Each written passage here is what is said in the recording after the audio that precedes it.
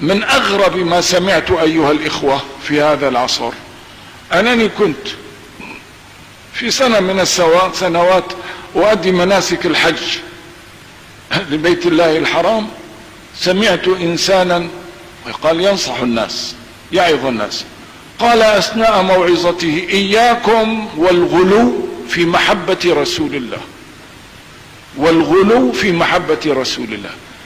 لم أسمع كلاما في هذا العصر أغرب ولا أعجب ولا أكثر بعثا للقشعريرة في الجسد من هذا الكلام.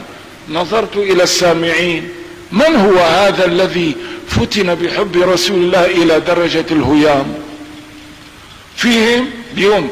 لو أنك بحثت عن الناس جميعا هل تجد إنسان سكر بحب رسول الله؟ والله ما في. وينه؟ خلينا نشوفه، هذا منصلي على دياله هذا إذا كان موجود. طيب، من هو هذا الذي تقول له إياكم والغلو في حب رسول الله؟ ما هو هذا الذي يعني أوغل في حب رسول الله لدرجة السكر حتى تحتاج إلى أن تضع الكوابح أمامه؟ لك يا أخي كلهم عشقانين الدنيا، عشقانين شهوات أهواء، جايين عم يأدوا الحج هيك بطريقة. شو معنى الكلام انه اياكم والغلو في حب رسول الله؟ لو كنت في عصر الصحابة ما بيجوز لك تحكي هذا الكلام.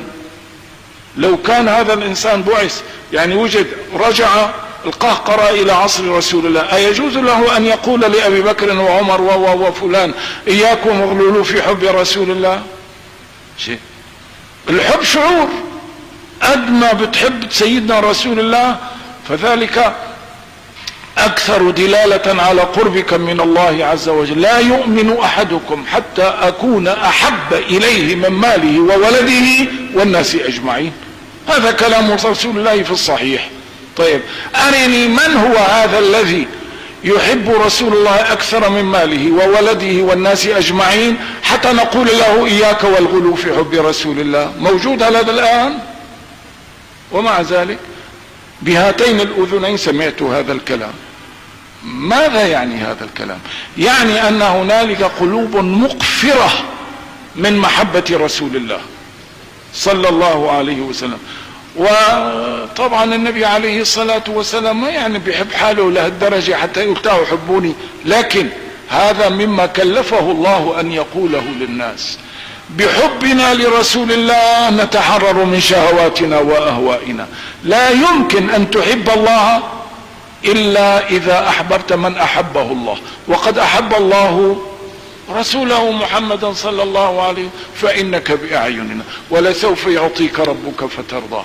لك واحد أحبك أنت ما بتحبه، الله.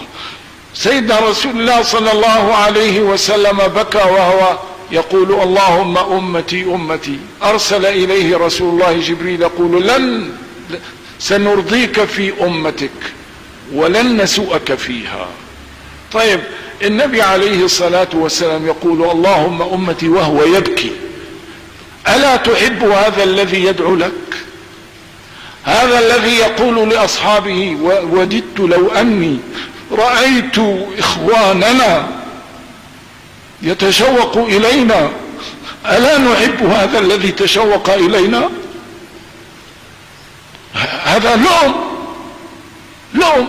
وإذا قلت لا بس لازم يكون في سقف، لك فهمني شو السقف هذا؟ شو السقف؟ قلبك بمقدار ما يتسع لحب المصطفى صلى الله عليه وسلم فهو دليل على حبك لله.